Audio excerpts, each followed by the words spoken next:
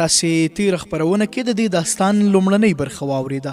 نن درته د شاهین داستان دوهمه برخه در اوروم. تاسې په تېره برخه کې راسره واورېدل چې 50 تنه سپاهیان د غره له لمنې ښکته شول او ګڼ ځنګله ته راغلل. بدر بن مغیره د موسی خواته ورغی او په خبرو یو بل ته د مینې ترڅنګ ځینې لازمې لارښوونې سره وکړې. موسی ورته وویل تر څو اندلس ته راشي او د ځوانانو له لاسونو د رباب پر ځای توره وویني. الزغل چې د اندلس د پاچا ورور هم ځینې لازمې خبرې ورته وکړې. وروسته د بدر په یوې اشاره ډوډۍ هم راوړل شوه. بالاخره بدر ته د سرحدي سیمو د سپارلو په اړه د زیاتو مشورو څخه وروسته الزغل خپلو ملګرو ته د سفر د تیاري حکم وکړ. راځئ د داستان پاتې برخه راسره په نن خپرونه کې واورئ.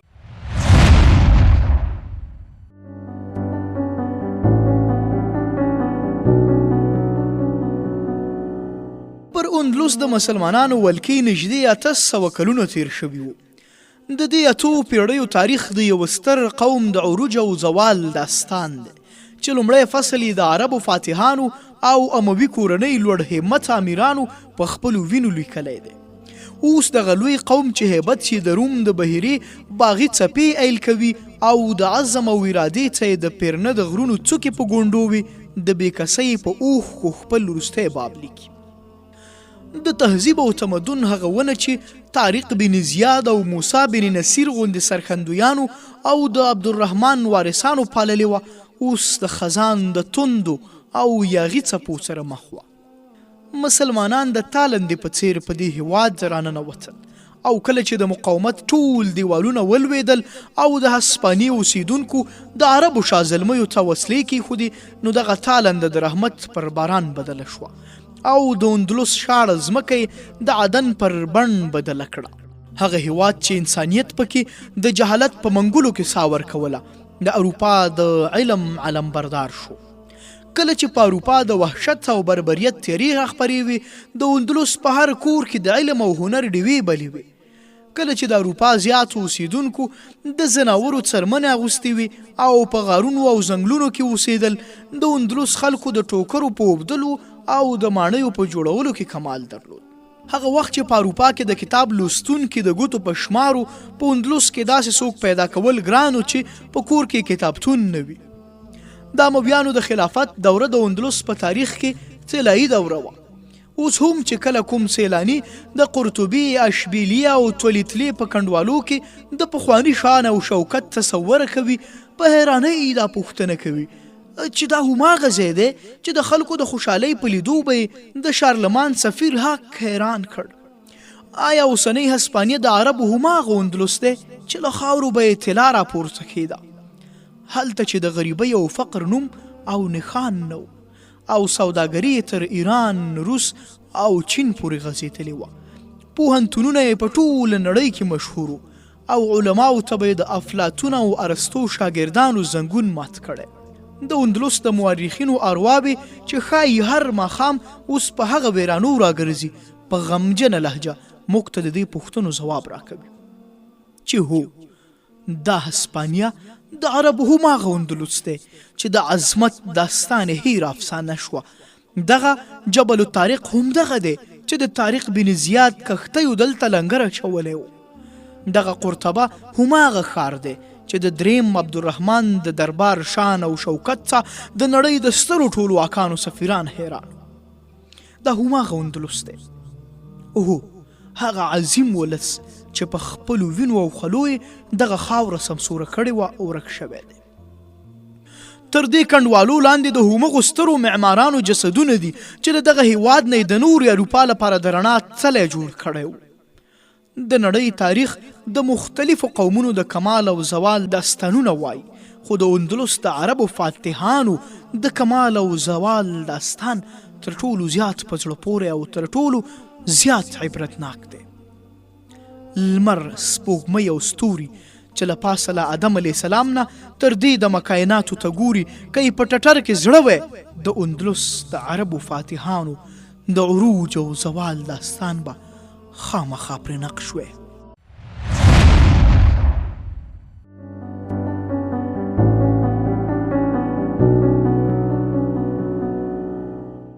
اندلس کې د مسلمانانو د بریو په لومړیو وختونو کې د شمالي بریدونو سره جوخت د عیسویانو وړوکې پاچاهۍ وې. د اندلس ځواکمنو واکمنو په وخت کې به دوی مسلمانانو ته جزیه ورکوله او د مسلمانانو د خپلمنځي اختلاف او کمزورۍ په وخت کې به بیا د خپلواکۍ اعلان کوه او په سرحدونو به بریدونه کول. په اندلس کې د اموي خلافت دوره د ترقۍ او پرمختګ دوره وه او اموي حاکمانو د خپلو شمالي عیسوي ګاونډیو سره د هغوی د بدنیتیو سره له زغم نه ډک چلن غوره کړی و.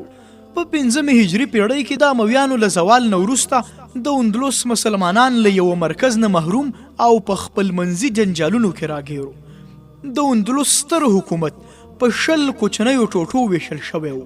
د دې ګډوډۍ او اختلاف نه شپږم الفانسو ګټه واخیسته او د شمال درې عیسوي ریاستونه اسوریا، لیون او قسطلۍ سره یو کړل او پاچا یې شو. د مسلمانانو خپل چارې کوم واکمن به چې له خپل ګاونډي مسلمان بل حکمران نه ماتې وخوړه له الفانسو به یې مرسته غوښته. هغه هم یو واکمن ته د بل په مقابل کې مرسته ورکوله او د خپلې مرستې قیمت یې ترلاسه کوه. تر دې چې نږدې د اندلس ټول مسلمان حاکمان د جزیه ورکوونکي شول. د الفانسو پوځ د اندلس په سارا او اوږده کې پوځي تاڼې جوړې کړې وې او د خلکو په لوټولو او زورولو یې لاس پورې کړ. د دغه مصیبت په وخت کې د الجیریا او مراکش حکمران یوسف بن تاشفین د مسلمانانو مرستې ته راغی.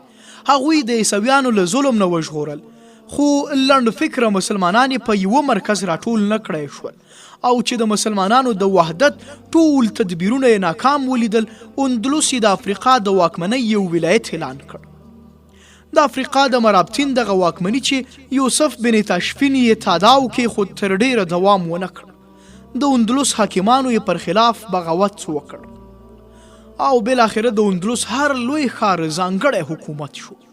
په دغه نازک مهال عبدالمؤمن د مسلمانانو د اقتدار رانسکورېدونکي محل ته تکیه ورکړه. د اندلس وړوکي ریاستونه یې مات کړل او د موحدینو د پاچاهۍ تاداو یې کېښود. موحدین د شمالي عیسوي حکومتونو لښکرو ته پرلپسې ماتې ورکړې، خو له بده مرغه د دوی مرکز هم افریقا وه او له هغه ځایه اندلس اداره کوه چې بالاخره هغوی هم ورو کمزوري شول او د اندلس د امیرانو سازشونو بیا زور ونیو.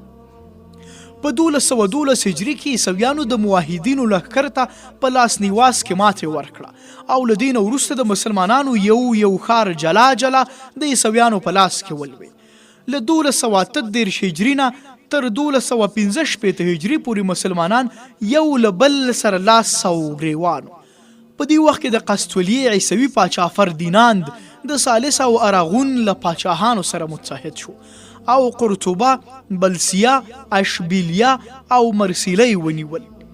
مسلمانانو ته د عیسویانو په لاس د قرطبي او اشبیلي سقوط د مغولو په لاس د بخارا او بغداد له سقوط نه کم نه. په اندلس کې اوس یوازې د غرناطۍ حکومت د مسلمانانو وروستی پناهګاه وه. دغه ریاست د سیرانویدا له غرونو نه د ساحلي ښار المریې او تر جبل الطارق پورې غځېدلی و. په غرناطه کې نږدې 2500 کلونه پورې نوره هم د مسلمانانو پاچاهي پاتې شوه. د عیسویانو په لاس کې لوېدلو ښارونو نه مسلمانان غرناطې ته مهاجر شول او ټولو غرناطه خپله وروستی پناهګاه او د اسلامي ریاست وروستی مورچل باله.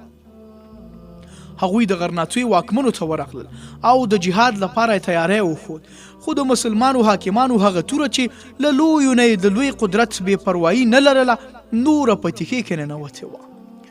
د غرناطۍ ریاست تر 2.5 پیړیو پورې د خود غرضو امیرانو د خپلمنځي کشمکش او ګډوډۍ او له بهر نه د عیسوي لښکرو د لوټمار او وژنو نښه وه. کله کله به د غرناطۍ واکمنو عیسویانو ته ماتې هم ورکړه، خو غرناطه د داسې ارادې خاوند حاکم نه محرومه وه چې د عیسویانو د راتلونکو خطرو په وړاندې په څه مناسب تدبیر سوچ وکړي. که به کوم امیر په عیسویانو بری وموند نو ولس به تر څه وخته د دې صوبې په ویاړ لږ او ډېر په احساساتو راغی، خو له لږ مودې وروسته به غرناطه بیا د خپلمنځي رقابتونو او سیالیو ډګر شو. پر دې سربیره تر هغه وخته پورې د اروپا یو ښار هم د علومو او فنکاریو په ډګر کې له غرناطې سره سیالۍ نه شوای کولی. د دوی معماران په ټول نړۍ مشهور. په پوهنتون کې د لرې لرې هیوادونو زده کوونکو علم حاصلو. د غرناطوي جراحان او ډاکټران په نړۍ کې بې سیاله وو. کله چې کوم قوم د ازادۍ، عزت او خلاصون لاره غوره کړي نو علم دوی ته د مشال او ډیوې په حیث شي، او کله چې دوی له دې لارې نه واوړي بیا همدغه علم د یوې نشه راوړونکې دوا په څیر شي او دوی د خپلو بدو عملونو او لټیو په وجه د ضمیر له ملامتۍ نه ژغوري. د 9 هجري او 15 عیسوي پیړۍ په 2مه نیمایي کې د غرناطوي د اسلامي ریاست د لویېدو آثار ډیر ګړندي راڅرګند شول.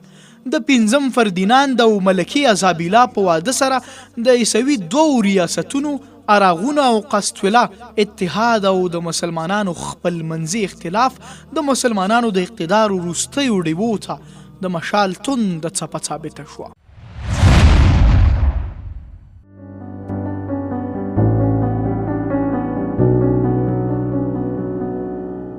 بدر بن مغیره د قسطولي امیرانو او عوامو د سرحدي عقاب په نامه یاداوه.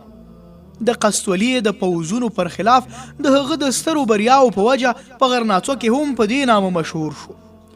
دغه 8 میله اوږده او 40 میله سوره ور ځنګل له یوې مودې را په دې خوا د هغو آزادو سرکندویانو مرکز و چې له غرناطوي سره یې بېطرفه او د سرحدي عیسوي واکمنو سره په ټکر کې و.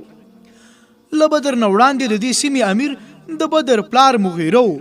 هغه د عیسویانو زیاتې سیمې په خپله ولکه کې راوستې وې. د غرناطي حکامو غوښتل له هغه نه باج واخلي. هغه د غرناطوي د پاچا استازي ته ځواب ورکړ چې که د غرناطوي حاکم عیسوي پاچا ته جزیه ورنه کړي نو دا سیمه د دوی ده او زه به د دوی د پوځ د یو معمولي سپاهي په هیڅ له عیسویانو سره په جګړه وویاړم.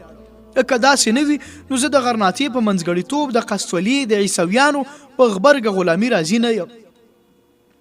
هغه وخت غرناطوه د خپل منځي جګړو ډګر او حاکم دا همت نه درلود چې د خپلو دښمنانو په ډله کې د قسطولي عیسوي پاچا هم شمار کړي. ځکه یې مغیرې ته ځواب واستوه چې تر څو ستا مخالفت یوازې د سرحدي عیسوي پاچاهانو سره وي موږ به ستاسو په مخ کې خنډ نه شو. د قسطولي باج ورکوونکو عیسوي حاکمانو هم د خپل منځي رقابت له لامله د مغیره پر خلاف کوم متحد محاذ جوړ نه کړای شو او مغیره ته د تیارې موقع په لاس ورغلې وه. د عیسوي حاکمانو تر واک لاندې محکومو مسلمانانو مغیره ته د ملاتړ پیغام استوه او ورسره یوځای کېدل، خو هغه لا 6,000 مجاهدین راټول کړي وو چې د اندلس په نصراني برخه کې یو لوی بدلون او انقلاب راغی. د 5م فردیناند او ازابیلا په واده د شمال د اراغون او قسطولي 2 ځواکمن عیسوي ریاستونه سره یو شول او دغه یووالی مسلمانانو ته ستر ګواښ شو. د فردیناند په وړاندې د وړوکو عیسوي امارتونو حیثیت د وړوکو سردارانو په څیر شو. فردیناند هم د غرناطي د باج ګزار حکومت نه د مغیره وړوکی امارت زیات خطرناک بل. هغه دا هم احساس کړه چې د دې سیمې د نیولو لپاره دوی ته د ډیرو لښکرو قربانۍ پکار ده. مغیره د راتلونکو ګواښونو اټکل وکړ او د اندلس په ساره اوږده کې د مجاهدینو په راټولولو لاس پکار شو. هغه د خپلواکو سیمو د ساتنې لپاره خپل یو مرستیال پرېښود او د یو معمولي سوداګر په بڼه د اندلس په سترو ښارونو راوګرځېد.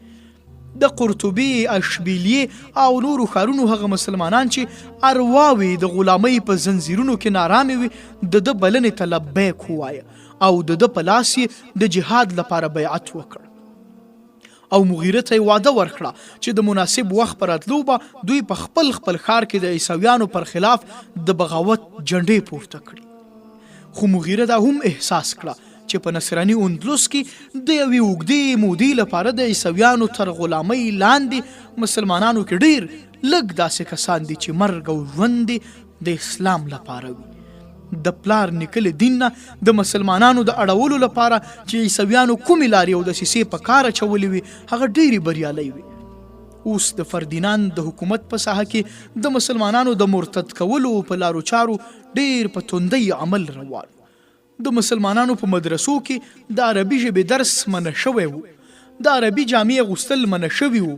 مسلمانان پر دې مجبوریدل چې خپل بچیان عیسوي ښوونځیو ته واستوي. هغو خلکو ته لږ امتیازات هم ورکول کېدل چې عیسوي دین به یې ومانه. خو څوک چې مسلمان پاتې کېدل دا امر ورته شوی و چې یو ځانګړی نښان ټینګ کړي. په بازارونو کې به له هغوی سره سپک چلن کېده. په داسې حالاتو کې یوه کمزورې ډلګۍ پیدا شوه چې ظاهرا عیسویان شوي وو خو پټ یې په کورونو کې لمونځونه کول. د اندلس د پاتې مسلمانانو لپاره تر ټولو خطرناک یو ولسي تحریک و. د منافقینو یو ټولګي د اندلس او غیر اندلسي ترمنځ جګړه پیل کړه.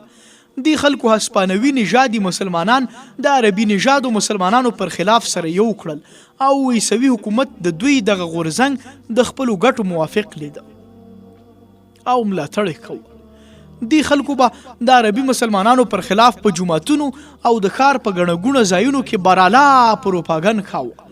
د دې وضع له لامله د اندلس زیاتره عرب او بربر نژاده مسلمانان یا افریقا ته ولاړل او یا یې په غرناطه کې پناه واخیسته. مغیره چې د دې ښارونو له دورې نه راستون شو ډېر امیدوار نه و. په 10 ښارونو کې نږدې 4,000 مسلمانانو د هغه په لاس د جهاد بیعت کړی و. خو هغه بیا هم مایوس نه و او دا ژمنه یې وکړه چې د اندلس هر ښار ته به د جهاد پیغام وررسوي. هغه دا هم احساسوله چې تر څو د غرناطې کوم حکمران د عیسویانو پر خلاف د بغاوت جنډې اوچتې نه کړي په اندلس کې د اسلام د عظمت خوبونه بیا لیدل ممکن نه دي. د هغه د ژوند تر ټولو ستر ارمان هم دغه و چې د غرناطې کوم واکمن د عیسویانو پر خلاف د جهاد اعلان وکړي او د سرخندویانو په پوځ کې شامل شي.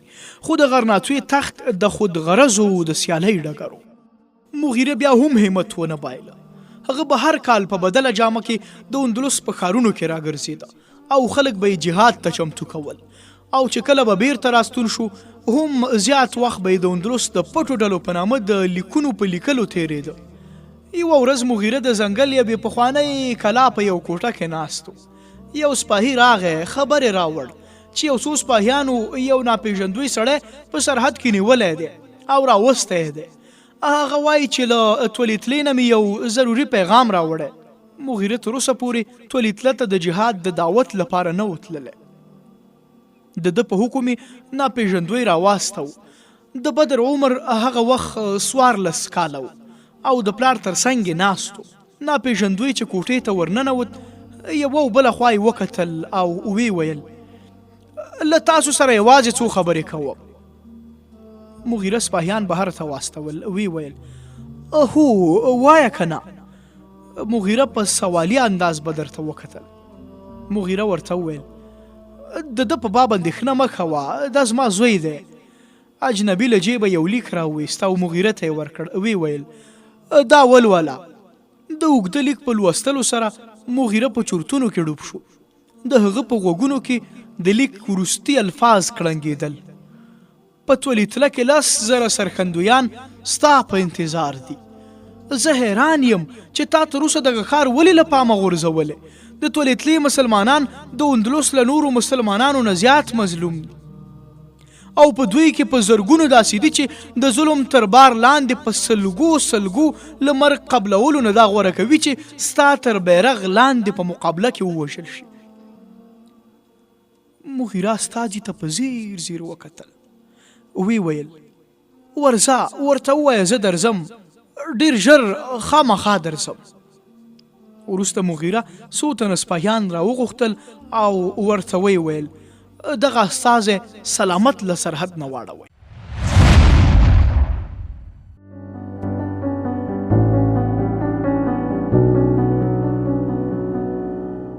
د شپې په 3مه برخه کې مغیره راوچت شو او د یو راهب جامې یې واغوستې.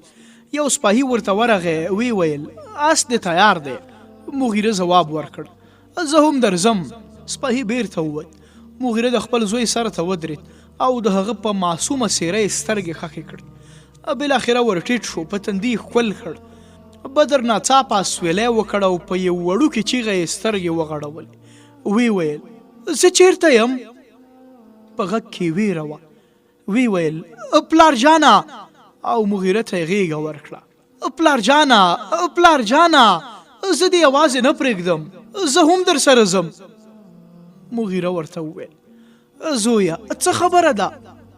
او بدر سینې ته ورجوخت کړ. بدر ورته وویل پلاره ما ډېر بد خوب ولید. ډېرو لیوانو په ما او تا پسې راودانګل، ته وروسته پاتې شوې او راګیرې کړې. زه ستا د مرستې لپاره در وګرځېدم، خو تا راته وویل بدره ته وتښته. پلار جانه که ته ځې زه هم در سره ځم.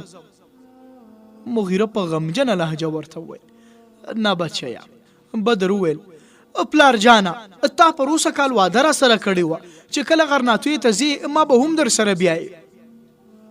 مغیره وویل زه خو اوس غرناطې ته نه ځم، زه تولې ته ځم او که تا له ځان سره بوزم هلته به له ډېرو خطرو سره مخ شو. بدر وویل پلار جانه زه ډارن نه یم. مغیره وویل زویه که د جګړې ډګر ته تلای ما به ته نه وي ایثار کړی او له ځانه سره به مې بیولی وی، خو تولې ته زما یوازې تګ مناسب دی. بدر وویل خو زما باور دی چې ته به هلته یوازې نه ځې. مغیره وویل څنګه؟ بدر وویل زما خوب پلار جانه ته په خپله وایې چې زما خوب درواغ نه وي. مغیره له لږ سوچ وروسته وویل ته د خپل خوب ولې داسې نه تعبیروې چې که ته را سره وی له لیوانو سره به مخ شو؟ بدر له لږ سوچ وروسته وویل پلار جانه ته به بیرته څه وخت راګرځې؟ مغیره ځواب ورکړ زه به د بلې میاشتې د سپوږمۍ راختلو نه وړاندې بیرته راشم، خو که په څه سبب زه ناوخته شوم ته به منډې نه راوهې. زما په غیاب کې به د خپلې ذمهوارۍ په پوره کولو کې سستي نه کوې او که ته په ما پسې راغلې نو دا به زما د حکم نه د سرغړولو په معنا وي.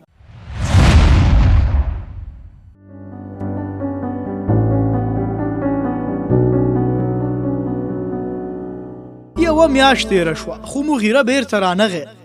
په داسې سفرونو کې کله کله د هفتو پروګرام په میاشتو بدل شي، ځکه خو د ده ملګرو څه اندېښنه نه کوله، خو بدر ورځ په ورځ اندېښمن کېده. هغه د شورا په مجلس کې تولې ته د یو هوښیار زري استولو هیله وکړه او هغه دا هم وویل چې د زري له استولو نه وړاندې زموږ لپاره دا هم ضرور ده چې د هغه سړي په باب چې مغیره یې وربللی و هم معلومات حاصل کړي. بدر په المارۍ کې په کاغذونو کې هغه لیک ولټاوه چې پلار ته یې له تولې نه راستول شوی و، خو په لیک کې هغه په څه دلایلو د خپل نامه له لیکلو نه ډډه کړې وه او لیکلي و چې که ته لږ په ذهن زور راوړې ما به وپېژنې چې څوک یم. ستا سره زما ملاقات په اشبیلیه کې په یو سرای کې وشو، خو افسوس چې پر اس له سپرېدو نه وړاندې تا ما ته خپل نوم راونه ښود او ما له تا سره د خبرو موقع پیدا نه کړه، که نه نو دا به مې درته ثابته کړې وه چې زموږ ارمان سره شریک دی. پخوا له دې چې ما له تا سره څه خبره کړې وای تا اس چارګام کړ، ځکه زه بیا درپسې نه شوم چې زما په باب څه بدګماني ونه کړې. او که تولې ته راغلې زما د موندلو لاره دا ده چې د ښاره ختیځې دروازې نه بهر یو سرای دی، د سرای مالک یو د ټیټ قد خاوند دی چې د لاندې ژامې 2 غاښونه یې مات شوي دي. ته هغه ته ووایه چې له خپل ناپېژندوی دوست سره لیدل غواړم، هغه تا ما ته راولي. پخوا له دې چې له ما سره وګورې ته چاته خپل مقصد او نوم مه ورښیه. دغه لیک ډاډ ورکوونکی هم و او اندېښنه زېږوونکی هم. بیا هم د بدر ملګرو تولې ته یو هوښیار زری ولېږه، خو د هغه د بیرته راستنېدو نه وړاندې د قرطبي د پټې ډلې یو استازی راغی او دا دردناک خبرې راوړ چې مغیره د تولې په یو څلورلارې کې پانسي شو.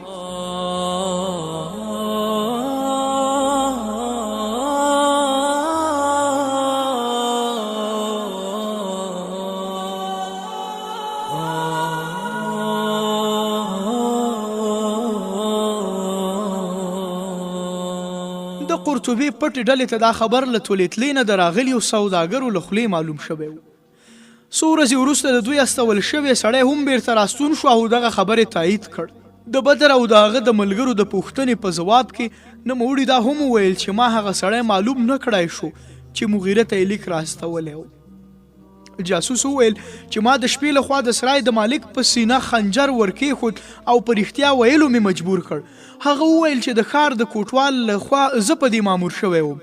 د زري له خبرو نه بدر او د ده ملګرو ته معلومه شوه چې دغه غدار د همغه کوټوال او یا والي د لاس اله دی او د سرای مالک یې د ځنګل د زوی د راګیر کولو لپاره د دانې په حیث استعمال کړی و. ورو ورو د مغیره د وژلو خبره په اندلس کې مشهوره شوه. په لرې لرې ښارونو کې پټو ډلو چې دغه خبر واورېد مایوس او ناامیده شول.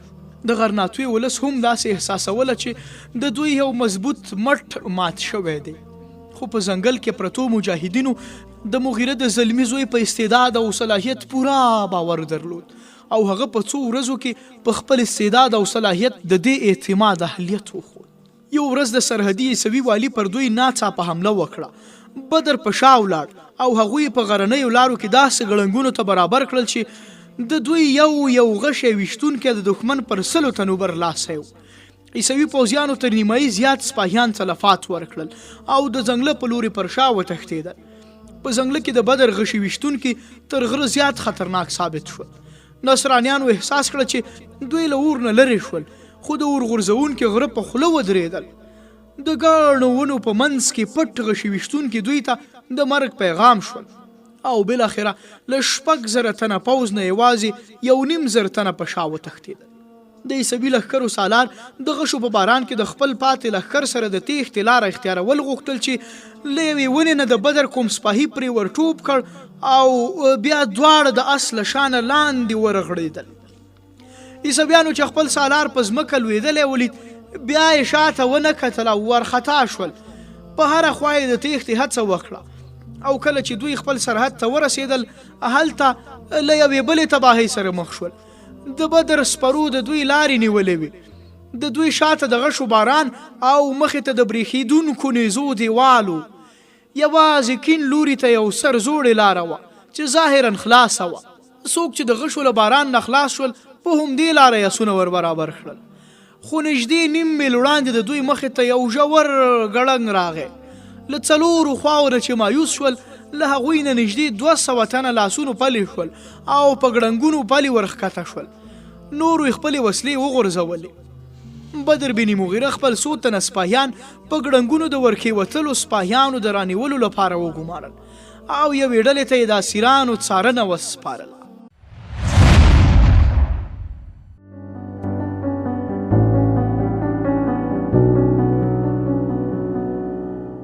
دغه جګړه له لمر ختو سره پیل شوې وه او ماسپښین مهال د بدر 2,000 تنه سپاهیانو د دښمن د پوځي زخمیانو او مړو د ریښې اغوستې وې او د یو لوی پروګرام لپاره یې تیاری ونیو. د لمر لوېدو په مهال په سرحد کې د فردیناند د پاچاهۍ یو مهم ښار اوسیدونکو د خپل فاتح جنرال د ښه راغلاس لپاره تیاری نیوه او چې د شفق سرخي د ماښام په تیرو غلبه کوله د دروازې له یو برج نه یو سپاهي په زوره چغه کړه: هغوی راغلل، ژوندی دې وي سنتیاګو. دغه شعارونه په ښار کې په 4 خواو کې اوچت شول. د کلیسا زنګونه وکړنګېدل. په زرګونو نارینه او ښځې د ښار له دروازې نه بهر راټول شول. د ښار روحاني پیشوا پاپ د دوی په منځ کې په لاسو کې د ګلونو عمیل تیار درېدلی و. څومره چې د آسونو د پښو ترپهار را نږدې کېده هومره د خلکو شور ماشور او جوش او خروش زیاتېده. ناڅاپه د ګردونو له منځه یو سپور چې سپینه چپنې شمال خوځوله را څرګند شو. د ښار دروازې ته راورسېد. آس یې ودروه او شاته یې وکتل. د سترګو په رپ کې 2,000 تنه پوځ د دروازې په مخه کې ودرېد. د ښار په خلکو د لږې شېبې لپاره سکته راغله. دوی په ډېره پریشانۍ یو بله خواته شول. لاره یې خلاصه کړه. د سپینې جامې خاوند د تکبیر ناره اوچته کړه او فضا د الله اکبر نارو ډکه کړه. د پاپ په خپلو غوږو اعتبار نه راته. د سپین پوش د بیرغ نښان ته یې وکتل. پر هغه د صلیب پر ځای هلالو او بیا له لړزېدونکو لاسونو نه د ګلونو عمیل ولوېد. اوریدونکو د تکبیر نارې اورېدې او لیدونکو د سپینې جامې خاوند په لاسو کې د هلال بیرغ لیده.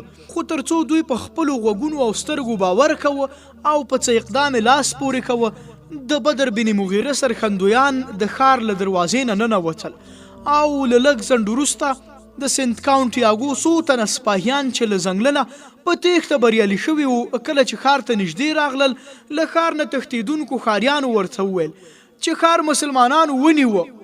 له نیمې شپې نه وړاندې بدر بن مغیره د طلا او سپینو زرو نه علاوه زیات څاروي او غذایي مواد له غنیمت سره له ښار نه وتلی و. د غنیمت مال یې 1500 تنه سپرو ته وسپاره او دوی شاوخوا وړوکو ښارونو او کلي ته مخه وکړه. او راتلونکی سهار چې دوی خپل هستوګنځي یعنی ځنګل ته ورسېدل نو زیات غنم او بې شماره څاروي په مخ کې وو. د حملې نه یو شپه وړاندې دا خبره د سنتیاګو په خیال کې هم نه وه چې راتلونکې شپه به یې د هغه خلکو په قید کې وي چې د 6,000 پوځ یو ورځ وړاندې په سپېڅلې مریم سوګندونه خوړلي وو چې تر څو د دوی وروستی کس ونه وژني بیرته به راونه ګرځي. هغه له دښمن نه د سخت مقاومت تمه درلوده خو د مغیره له مرګ نه وروسته یې دا امید نه و چې د دغسې ناڅاپي یرغل سره به په داسې هوښیاري مقابله وکړي. هغه چې د جګړې په ډګر کې یو د سپینو جامو خاوند د سپور لیده چې د برېښنا په څیر به د ځنګله له یوه اړخه تر بله ولاړ او خپلو سپاهیانو ته به یې هدایت کوه نو په زړه کې یې وویل چې د دوی نوی مشر تر مغیره کم خطرناک نه دی. هغه ټوله شپه په ډېره پریشانۍ او سرګردانۍ کې په ویښه تېره کړه. هغه خواړه چې د بدر ملګرو ورته راوړي وو هماغسې پاتې وو. پیرهدار د هغه د منصب په احترام ښه سلوک ورسره کاوه او چې کله به کوم یوه د هغه د لاساینه او د حال پوښتنه کوله نو ده به ویل شاهین کوم یو دی؟ هغه اوس چیرته دی؟ زه غواړم هغه ووینم. په سپېڅلې مریم سوګند هغه انسان نه دی. کله کله به یې په غوسې کې وویل اوس به زه چې بیرته ځم په کومو سترګو خلکو ته وګورم؟ ما ولې نه وژنئ؟ هغه د بندي کېدو په وخت کې سوګند خوړلی و چې وبه نه تښتي ځکه خو د بدر ملګرو هغه ته د عامو اسیرانو په څیر زنځیرونه او زولنې نه وي ورچولې. له هغه نه یې وسله هم نه واخیستې. خو کله چې هغه خنجر راوویست او په خپل ټټر یې د ښخولو هڅه وکړه نو یو سپاهي لاس ونیو او په نارو او سورو یې نور سپاهیان ورغلل او هغه یې بې وسلې کړ. د بدر مرستیال د هغه لپاره 2 تنه پیرهداران وګمارل او وی ویل تر څو زموږ امیر نه وي راستون شوی د دې د ژوند ساتنه پر موږ فرض ده. راتلونکې ورځ ماسپښین مهال چوپ ځنګل د تکبیر نارو په سر واخیست او بدر له خپل لښکر سره راستون شو. کاونت سنتیاګو ټوله شپه له شوګیرو وروسته سهار له خیمې نه بهر راووت او د یوې ونې په یخ سوري کې په درانده خوب ویده شو. د تکبیر په نارو اورېدو راویښ شو، سترګې سره وموښلې او راجګ شو. بدر بن مغیره په زغره د پاسه سپینه چپنه اغوستې او مخ یې له سترګو پرته په تور نقاب کې پټ ورته ودرېد.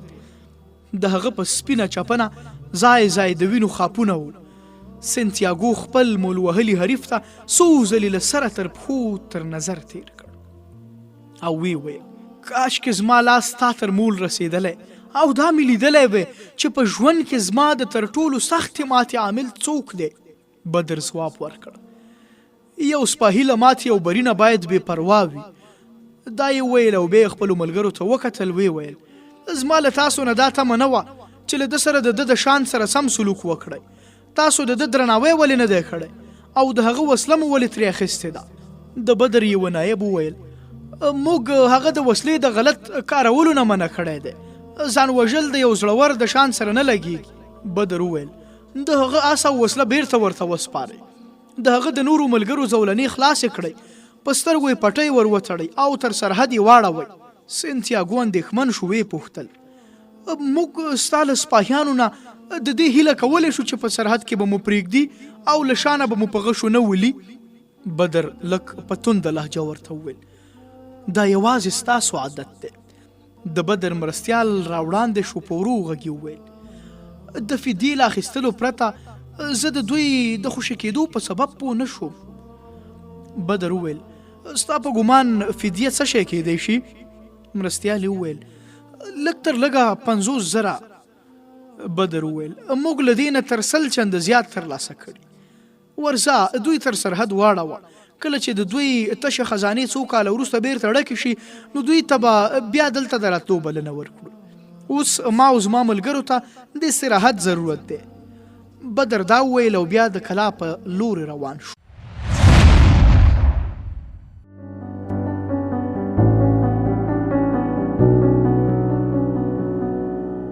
درنو قدرمنو او زړه ته رانږدې اورېدونکو، دا وه د شاهین داستان دوهمه برخه چې ما محمد رسول نظري درته وړاندې کړه. هیلهمند یم د خوښې او د پام وړ مو ګرځېدلې وي. سبا چې یو ځل بیا زه د همدې داستان په 3مه برخه کې تاسو ته در حاضرېږم. تاسې په بخونکي او متعال رب سپارم. پاک الله مو مل شه، ښاد، اباد، سوکاله او بریالي اوسئ. د الله په امان.